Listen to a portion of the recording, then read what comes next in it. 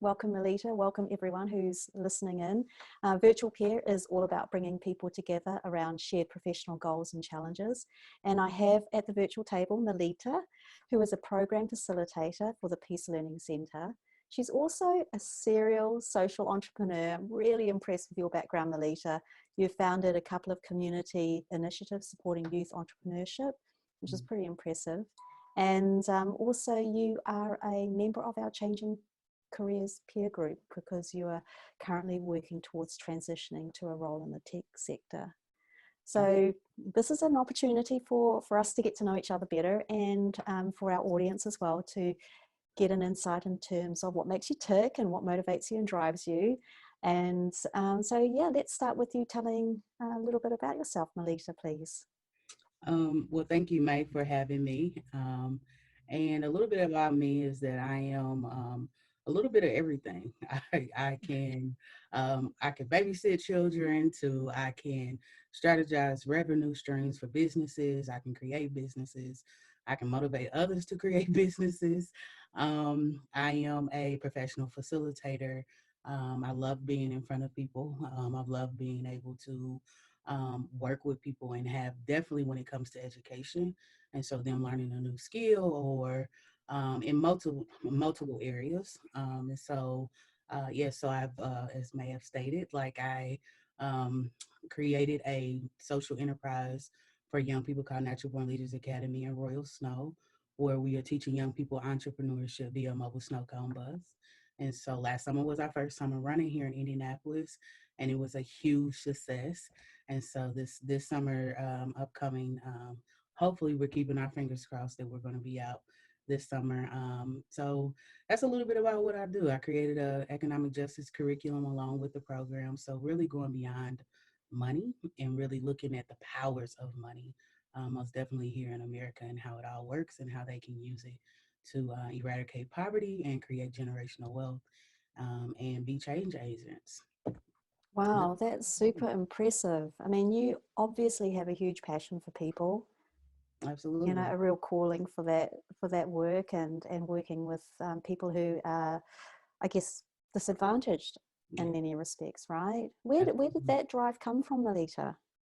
It came from a mixture of things. So I was one of those marginalized people. I still am, actually, but it comes from the lack that that I faced within my childhood and the ramifications of poverty that were heavily impacted on my life.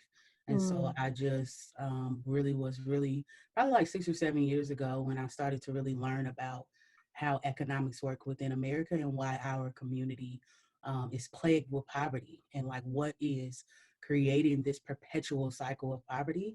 And I've always been a very observant, very curious, and thinker as well. And so I just really dove into it, and I was just like, well, let's figure this all out. And so that's what was the driving force for me, and just being a daughter, the youngest of my mother's children. So she had all three of us by the time she was 21, and my father was a drug dealer. And so just the way that wow. we were forced to grow up, that really like made me like look at what is happening. Like, why did my mother have all three of us by 21 and she didn't know anything financially? And then why did my mother's mother have all her three children by 17 and she didn't know anything financially? But Mm, how does that impact the well-being of everybody, mentally, emotionally, physically, and financially? And how does poverty add to the outcomes of people's lives? And then once I figured it out, and I'm still mastering, right? And so still yeah. learning.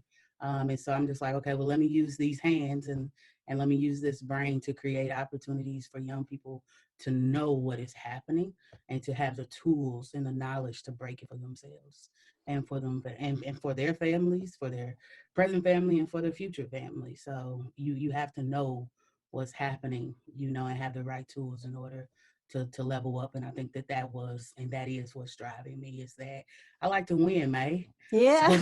So like, Well, let's it's a big win. battle. It's a big battle, It's a Melita. I huge mean, battle. what Yeah. you're talking about is something that's often quite systemic as well. You know, we Hmm. experience, being marginalized and disadvantaged at a very micro personal level, but, it's kind of built in to our institutions, and it's really, really hard to know how to break that cycle.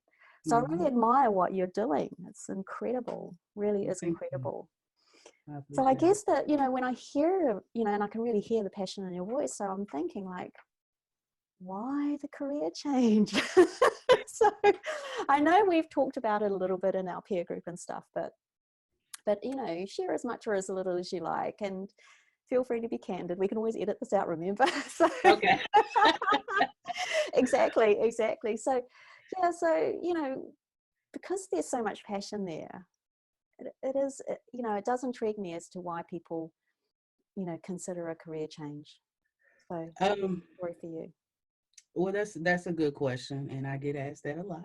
Mm, And it, the career change is coming about because, um, one, when I talk about like being affected by poverty, and within my line of work, it's seeing this. I've been in this work almost 20 years, off and on in like in a variety of ways.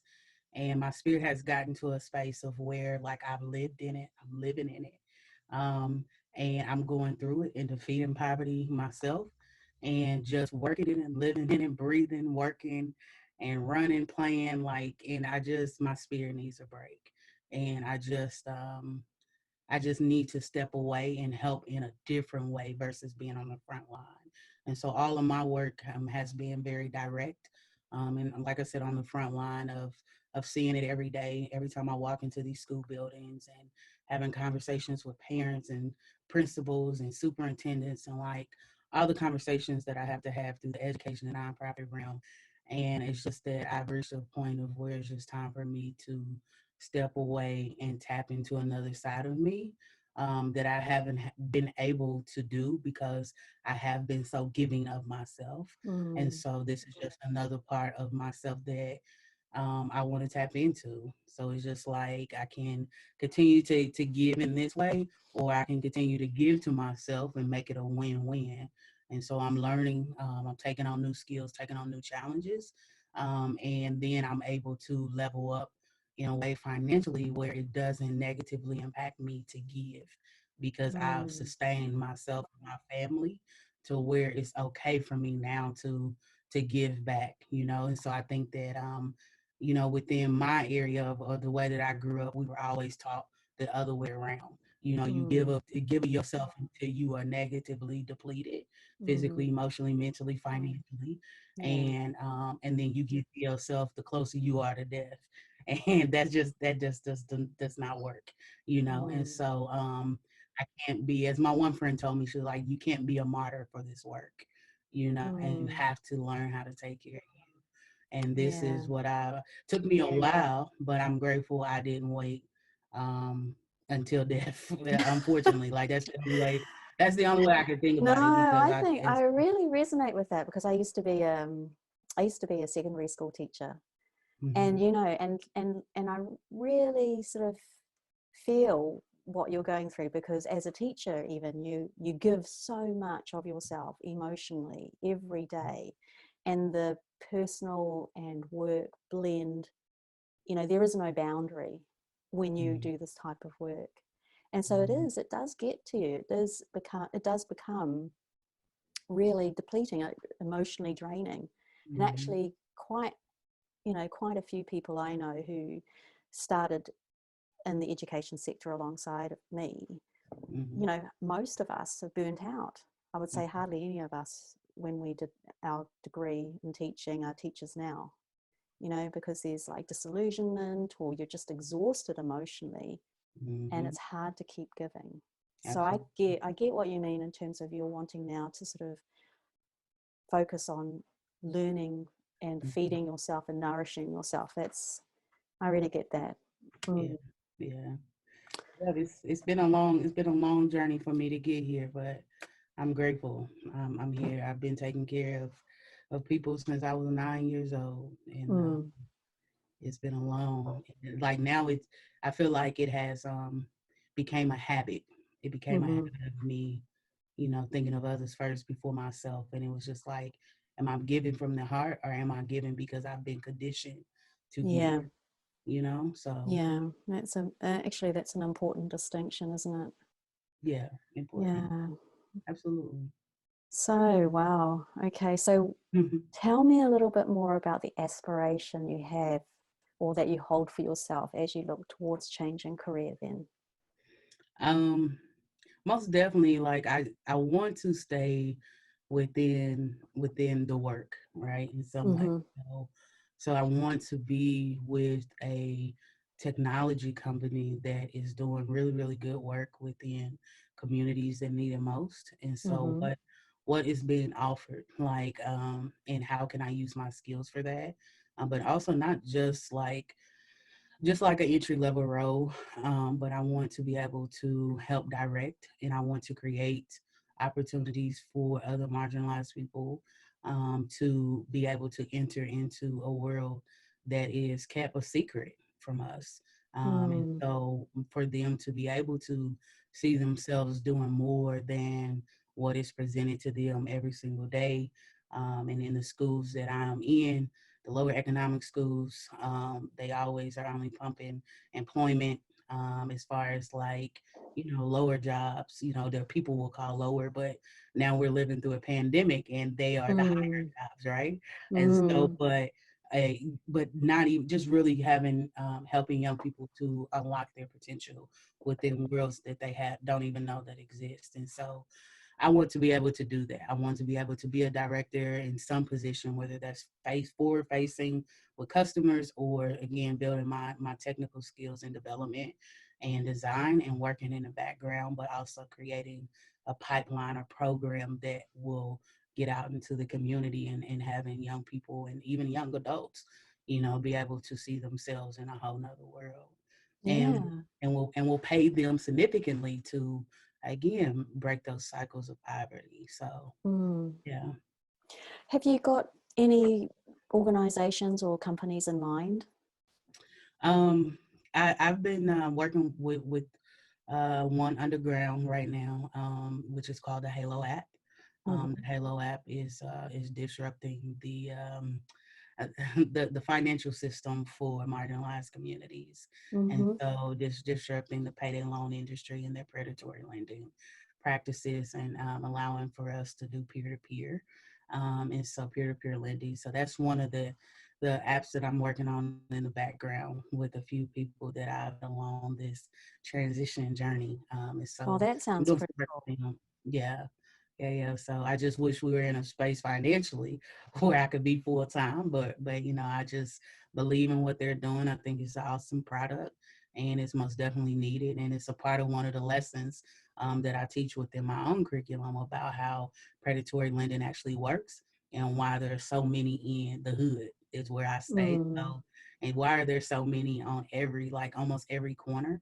And so, but how do they work? How do you get trapped into the cycles of poverty through payday loan industry through the payday loan industry? So it's most definitely one that I'm working with right now and looking for more to get into within the financial industry.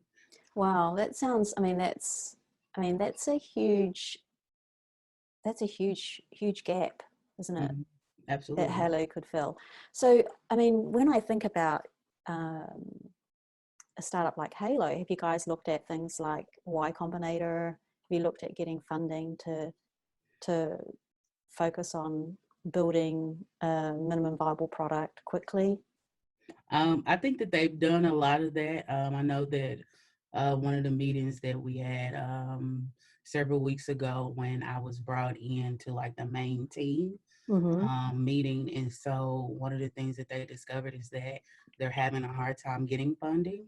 And Mm-hmm. I told them that one of the reasons is I'm also a history buff, May, but Mm-hmm. like one of the things is that historically, economics and politics were not for black people, brown people, and so it was unlawful at one point in time for us to even know that, and so I had shared with them that how money and power works in America. One of the reasons as to why you all are having a difficult time of getting funding is because you all are disrupting the power and you're disrupting Mm. money and how the money flows. And they prey off of poor people getting these high interest loans, and so I'm Mm. like, you all are going to have a very difficult time, and being minority owners of a tech startup, you all are going to have a very difficult time getting funding.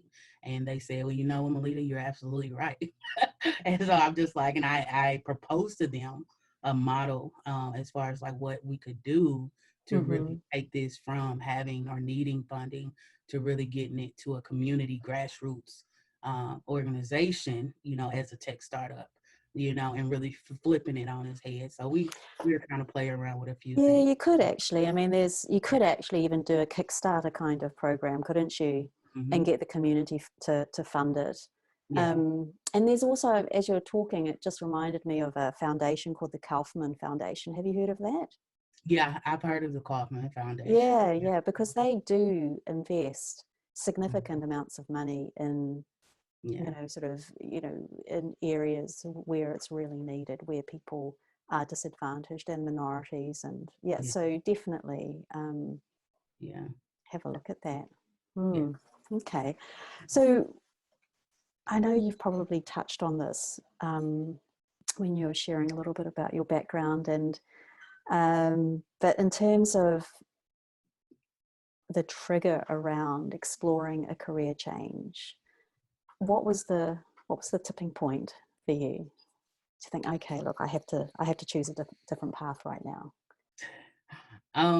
I think that one of the things that I've shared with you was just that like just kind of when my grandmother passed back in 2018, like it was really a hitting point for me, like when just to be with her like every single moment, almost every single day, and just listening to her and just having to really, you know, sit with that. Like that was something that I've never experienced, and my grandmother has been the closest person to me within my lifetime to pass away.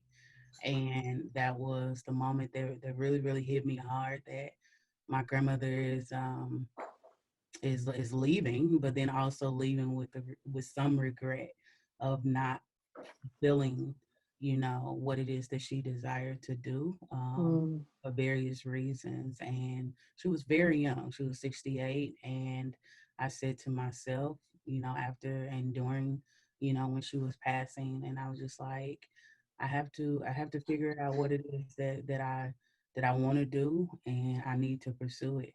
And I need to stop being afraid. And I need to really sit with myself and figure out like what has hindered me and how do I get around it mentally? Like what is the mental block? And one of the things that I realized is that when I was in seventh grade, I was in a couple science fair. I love science, and I was in a couple of science fair projects through my middle school. And my second stepfather, got mad one day, and he was, I just really don't remember why he did this, but he was going through stuff, and he threw away like two of my science fair projects, and I think after that I just gave it up, and I begged him not to do it, and so I just think that this is just me like going back to that seventh grade self and just telling myself like don't lose, you know, who you are, you know. And so, and just tapping back into myself and giving that back to myself. And so it's just been multiple things that I've kind of had to deal with over the past couple years that have kind of like propelled me into saying like, nope, it's time. It's time. Like you're not getting any younger. So time does not decline. So it's time for you to move forward, you know, Yeah. and do it. So that's how I got here. Okay. Around, so I'm here. Well, that sounds like a pretty profound shift, doesn't it? Yeah, yeah, you know, Yeah. Yeah. very profound shift, and yeah, And also a fabulous legacy that your grandmother has left you in many respects, yeah, you know. yeah, absolutely, yeah. It's it's been one heck of a journey, but Wow. Yeah, it's a real roller coaster. a roller coaster for sure. So You know, when we're thinking about the journey, what's helped you get started? You know, right now, what's helping you stay the course? Um, I would have to say, most definitely like staying in good spirits and like really just paying attention every single day, um, and checking in with myself about how do I really, really feel about this journey that I'm on, Mm-hmm. and not really forcing it, but really making sure that I'm being guided by my intuitions and paying attention to all of that. Also, like I just think that it is my desire to live and to accomplish every desire that I have before my time is up. So that's what's keeping me focused on this journey, and that's what's keeping me like going when I go to sleep at 2 in the morning, back up at 7, and just like really, really working and grinding to figure out every single tool and avenue that I could get into and to learn Mm-hmm. to tap into this world that I didn't know about. And so I just think it's like my competitive side of me that's driving me because again, mate, I don't like to lose. No. So I think that that is what's driving me to keep going because I know that this isn't just about me, but I also know that I am a connector and a creator. And so I like create opportunities and I connect people to those opportunities. And so, and sometimes I make the sacrifice and go first, because I like to take risks. Mm-hmm. And so I like to take calculated risks. Let me say that. And so I like to take calculated risks that has a very high probability of winning. And so then once I learn, then I pass that on to people around me, to people behind me, or even to people in front of me. So, Mm. yeah. Yeah, I guess I mean, yeah, staying the course is hard. I mean, you mentioned something about intuition. Yeah. You know, intuition's a funny thing. Sometimes I feel it gets buried Mm-hmm. so much, you know. Well, for me, I don't know, when I trust my intuition, am I, should I listen to that voice? Is it because I'm afraid, or what is that voice telling me? So how do you know to listen to it? Give me some tips. Yeah, How do you know to listen to your yeah, intuition? exactly. Yeah. That's a good question, May. Like, only thing that I could really say is that um, the cost of not is greater than the cost of you to listen. You know what I mean? Like you won't lose anything if you listen to it, and so that's one of the tips that I would say is just like I listen, and like I really like one of the things that really sharpens my intuition is by reading, and by reading history, and by comparing the now to the then to now. And so I think that that's how I sharpen my intuition. And I really, like, I analyze everything. Like, I pay attention to everything. And I think that, like, that is what helps me to listen to it is because I'm really, really good at, like, critical thinking skills. And so I think that that's where you can really, really start listening to yourself is when you really have a good grasp on, like, for me, this is how I can say this personally for me is that just sharpening my critical thinking skills has helped me to pay attention to my intuition and to move forward with listening to it. Mm. So I hope that helps. But yeah. So I just pay it. Like there is a feeling that I get, even when I write poetry and stuff like that, like there is an overwhelming feeling that I cannot explain that comes over me and that like feels like it's here in my throat, it's here in the middle of my stomach. And I know that when I perform this piece in front of an audience, I know that it's powerful. I know like the reactions I'm going to receive. Like it's just it's just amazing. Like, so I don't know if what I have is a gift. Maybe it's a gift. Then maybe it's something that's just hard to explain to others, but I don't know. So it's just like, that's the same way that my intuition works. So it's just like, it's this overwhelming feeling that when I think about something not to do or what to do, like that feeling is more, it like it's stronger when I think about what I should be doing. So that's like, and I'm working too. I'm just like, trust your intuition, move Mm, forward in that, stop. And then I think too, people don't listen to it because like they see what's around them. They see their external, and I'm a person that I'm logical. So it has to make logical sense to me. Like I just like, I don't really deal within like it just, I don't really deal in these abstract, things or ways of being. Like it just has to be very logical.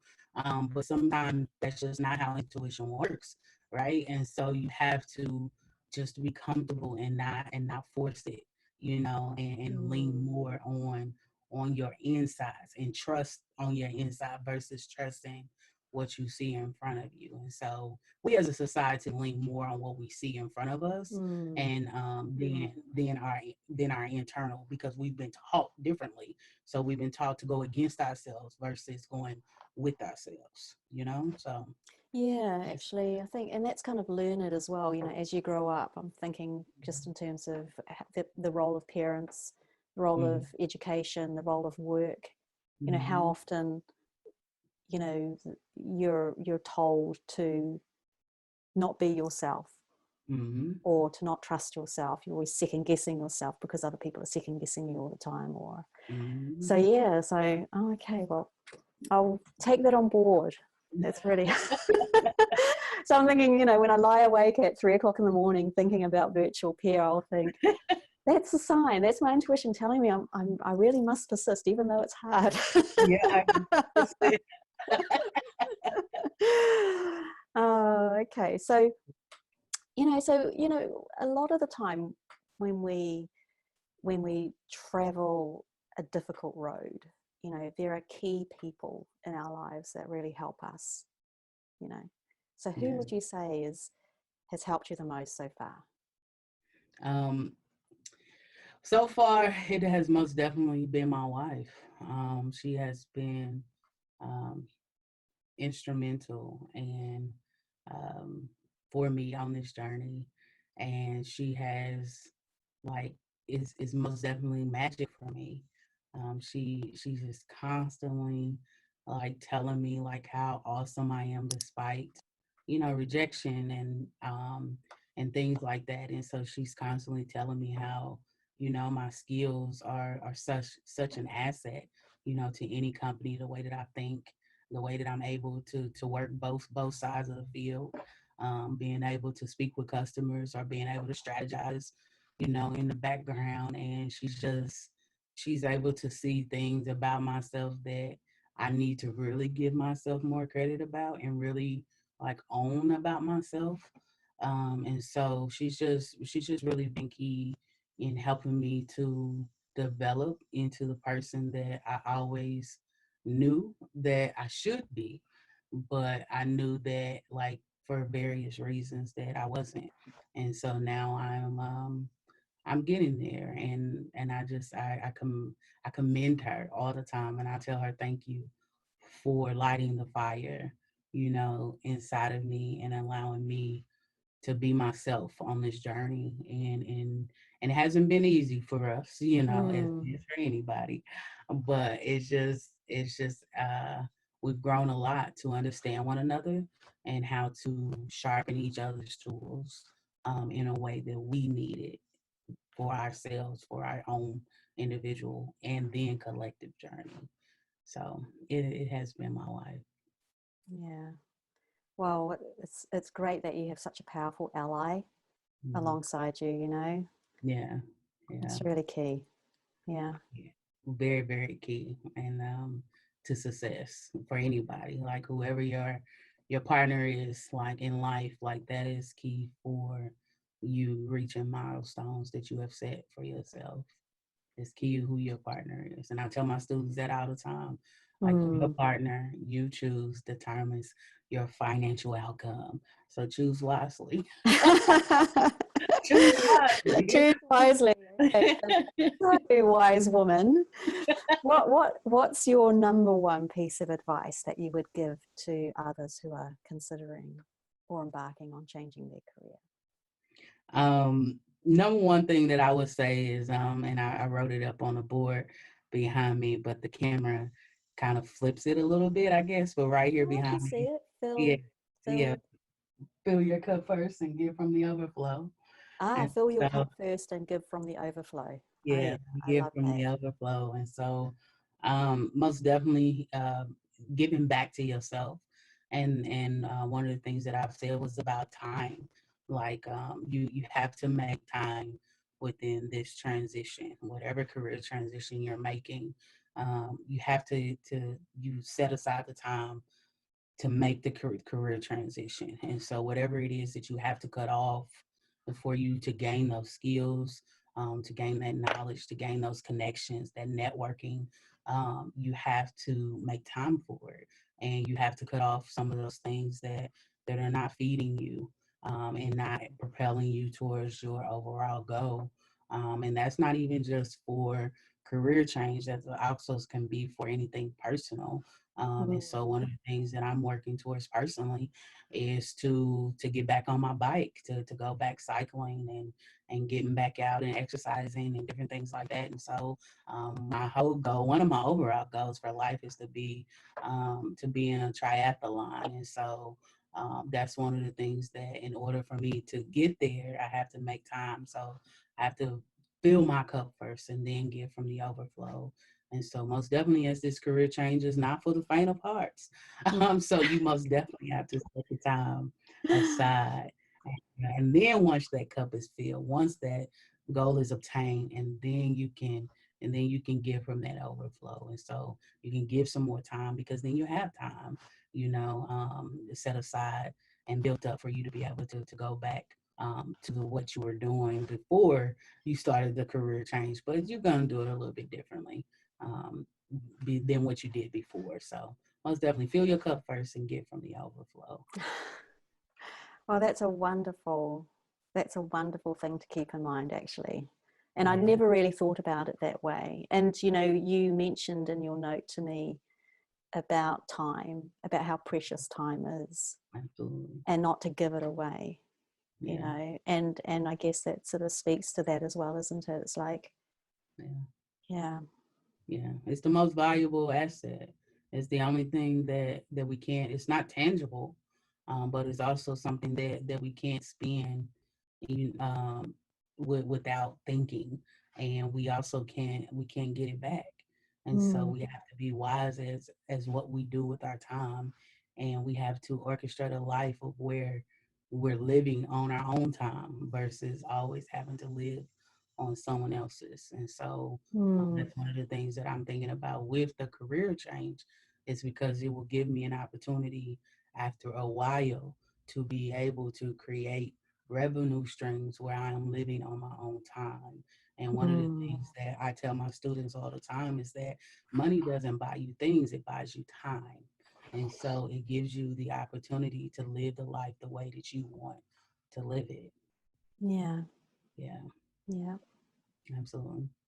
So yeah, Oh, so amazing spending this time with you, Melita. Thank you so, so much. well, thank I've, you. I've learned, I'm learning. You are so It's welcome. actually I'm been a feeling. super, almost therapeutic conversation I've had with you. You're a great mirror, and everything you've said, has really resonated. And I'm going to be thinking a lot about what you've just shared with me today. Well, thank you. I appreciate you sharing this time with me, and this has been great Yeah. and fulfilling for me. Like to even be asked to be a part of this is amazing, and Yeah. I hope that somebody else pick up some nuggets for their journey as well. So, I'm yeah, sure they've got a whole bucket full. I have more to give, but but I love conversations like this. We need to do this more. So I thank you We do. for pioneering this journey. So thanks for all that you give to us within our virtual group, and I appreciate you taking a step out and doing it, May. Look what No you're doing. worries. This is No, this is amazing. cool. I love it. I love it. Yeah, this is awesome. So Mm, thank you again, May. you're welcome.